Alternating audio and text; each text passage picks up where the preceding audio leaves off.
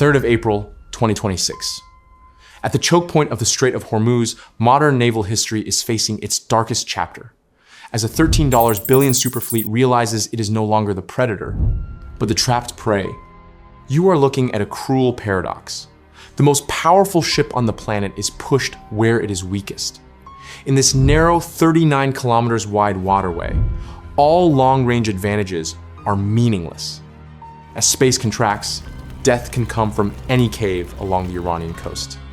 What truly turned this 39 kilometers of water into a superfleet grinder?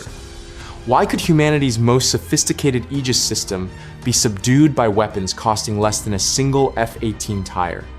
Today, we will unravel the physics and mathematics behind the world's Achilles heel, where 39 kilometers of water can suffocate an entire empire.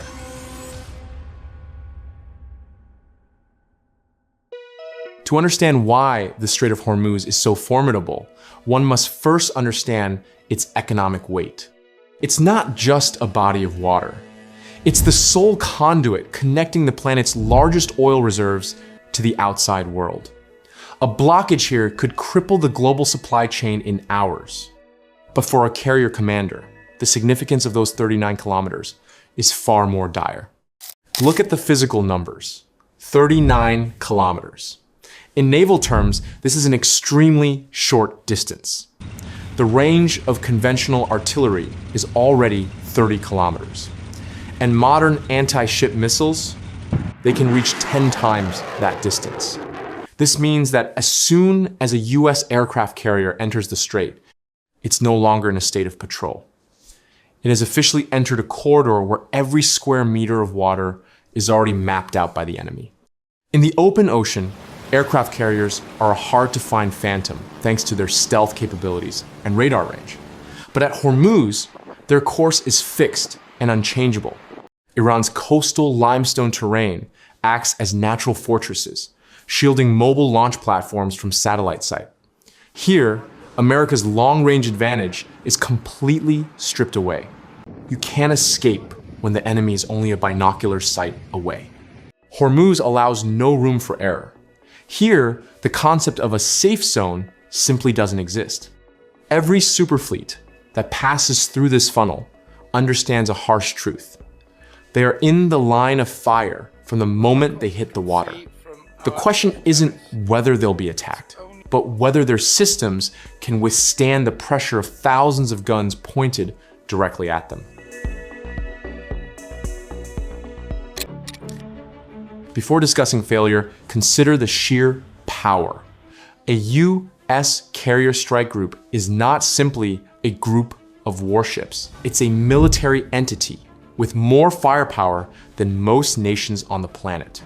On the open ocean, it's a nearly invincible system designed to dominate thousands of square miles of water and airspace.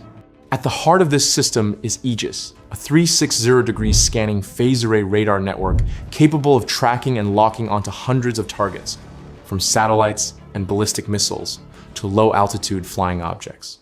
In the middle of the ocean, a carrier has an invaluable asset: distance.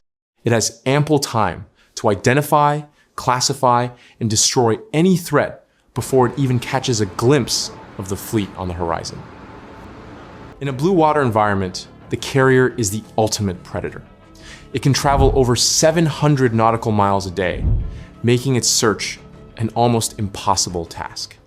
Protected by Arleigh Burke-class destroyers, each equipped with 96 VLS, vertical launch system tubes, the fleet creates an impenetrable wall of fire.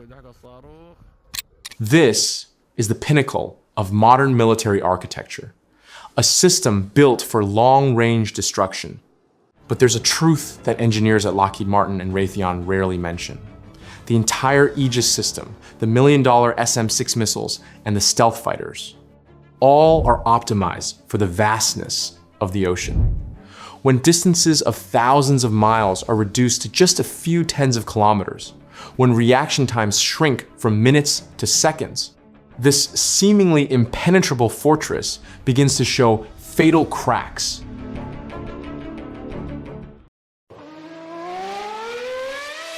Imagine driving a Formula One supercar into a narrow, crowded alleyway. Its speed and aerodynamics are no longer an advantage, but its Achilles heel. That's exactly what happens to an aircraft carrier at Hormuz. The Aegis system is designed to scan the sky within a radius of hundreds of kilometers. But here, the difference between life and death is measured in seconds. In the open ocean, nothing can hide from Aegis radar. But at Hormuz, Iran's rocky coastal terrain acts as a natural stealth shield. This terrain masking phenomenon prevents the billion-dollar American radars from seeing through the cliffs. The enemy can approach the fleet in absolute silence, hiding behind the islands, waiting for the moment when the distance is so short that long-range anti-aircraft missiles like the SM-6 become completely useless. The greatest asset of an aircraft carrier is its maneuverability. But at Hormuz, its movement route is public. Due to sea mines and shallow currents, these $13 billion ships must travel along fixed corridors. This turns a superfleet into a moving target on a rail track. The enemy doesn't need to seek you out. They just need to set traps and wait for you to pass through. As space shrinks, any long-range advantage is lost. The Aegis is still powerful. The SM-6 is still fast, but they are built for a battle hundreds of miles away. At 39 kilometers, the superfleet is no longer a fortress. It is a colossal entity holding its breath as it navigates a minefield, where all maneuvering options have been eliminated. Forget about one-on-one confrontations between warships. At Hormuz, Iran isn't playing gentlemen's games. They employ swarm tactics, a swarm attack. This is a mathematical nightmare for any defense system. Density warfare. Instead of hitting you with $1 million missile, they can deploy 200 drones and speedboats simultaneously. The Aegis system is incredibly intelligent, but it has physical limitations on the number of targets it can lock onto and destroy in a single second. In the open ocean, you have time to destroy them in waves. But at 39 kilometers, drone flight time is measured in seconds. When 100 targets converge from 5 different directions, the central computer faces a life or death choice. Which one to destroy first? A single misprioritization error will allow a suicide boat carrying 500 kilograms of explosives to slip through the barrage. This is a war of attrition. Iran doesn't need to destroy the entire ship. They just need to suffocate its defenses. When you're forced to use the world's most expensive interceptor missiles to shoot down explosive-laden demonstration aircraft, you've already started losing the economic game. But even more terrifying is the chaos. Amid hundreds of phantom signals, how can the crew distinguish between an innocent fishing vessel and a suicide bomber? In density warfare, quality is no longer the absolute shield. Failure doesn't begin when the ship is hit, but the moment the number of targets exceeds the algorithm's processing capacity. At Hormuz, Iran wasn't seeking a gunfight with the US. They were seeking to suffocate the superfleet's electronic brain with the chaos of density. In the open ocean, a combat officer has a few minutes to sip coffee and give the order to fire. But at Hormuz, time is a luxury the US Navy doesn't possess. When radar alerts a target emerging from a cliff just 10 nautical miles from the ship, the Aegis system has less than 4 seconds to complete the cycle: detection, identification, and fire. This is no longer a technical battle. It's a battle against the limits of the human nervous system. The weakest link in this chain is identification. Iran understands this well. They mix military speedboats among local merchant and fishing vessels. If you mistakenly fire on a civilian ship, you cause a global political catastrophe. If you hesitate for 2 seconds to confirm your $13 billion ship will suffer a head-on collision. The delay risk at Hormuz isn't measured in minutes. It's measured in the lives of 5,000 sailors. At this point, the Aegis system began a ruthless process. Automatic target prioritization.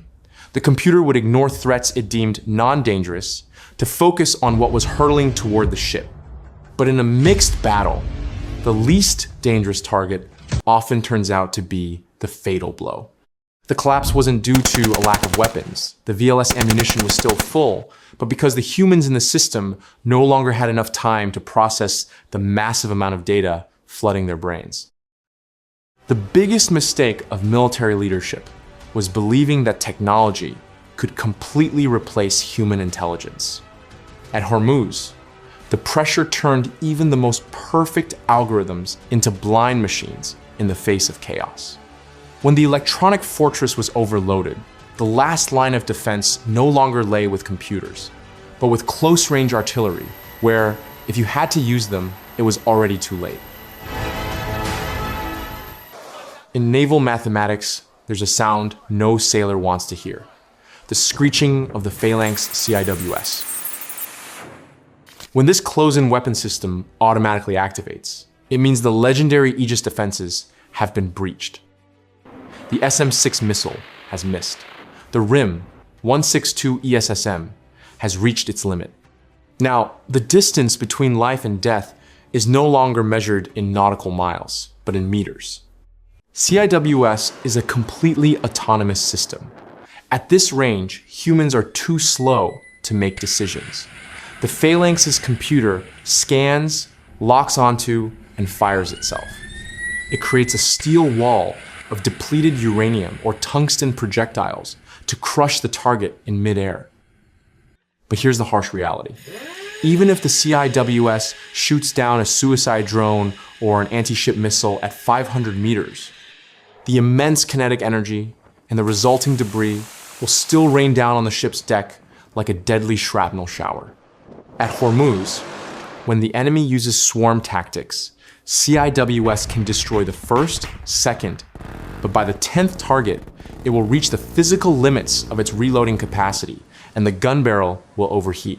If you have to use CIWS, it means you have failed to control the battlefield remotely.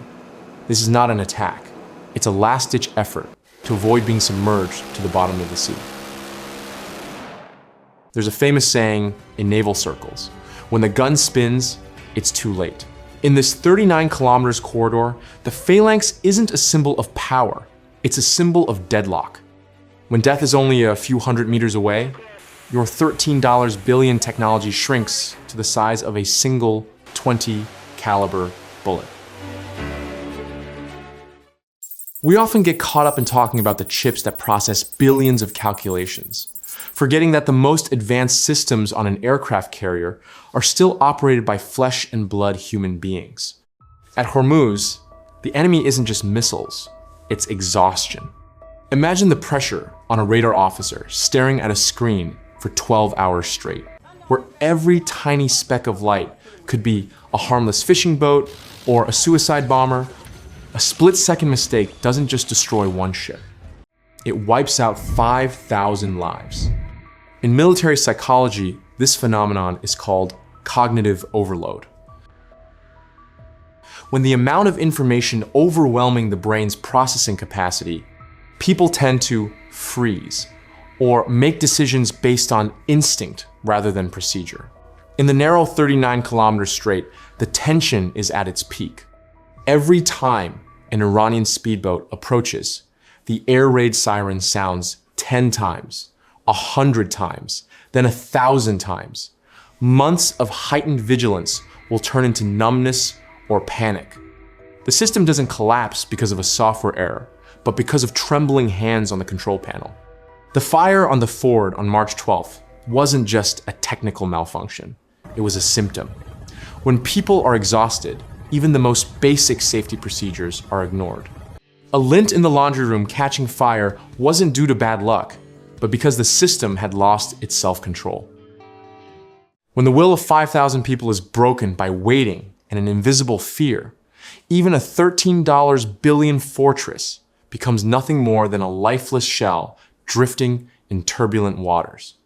Weapons can be reloaded, radar can be restarted, but the human spirit cannot. At Hormuz, the US wasn't just battling Iranian missiles. They were battling the limits of their own crew's endurance. And the harsh truth was, time was always on the side of those waiting ashore. At the Pentagon, strategists are facing a devastating dilemma. To maintain world order, the aircraft carrier must be present at Hormuz. Its absence is an admission of weakness. But at Hormuz, the longer the fleet is present, the more vulnerable it becomes. You cannot deter an enemy when you yourself are trapped in a mousetrap that the enemy has been preparing for the past 40 years. This is a trade-off. If you retreat too far to ensure survival, the aircraft carrier loses its purpose, its ability to intervene immediately. But if you move too close to Project Power, you are putting a $13 billion national asset and 5,000 lives on a gamble where the odds of winning are dwindling by the hour. Presence is strength, but at Hormuz, presence is also Iran's most fatal weakness. Iran doesn't need to sink an aircraft carrier to win. They just need to make bringing an aircraft carrier into the strait too risky for Washington to take the plunge.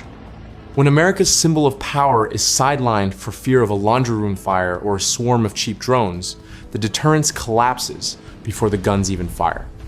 The Hormuz trap isn't in explosives. It's in the strategic stalemate. Let's go back to the chaotic radar screen we saw at the beginning of the film. Now you understand that it wasn't a technical malfunction. It was the nature of the Hormuz.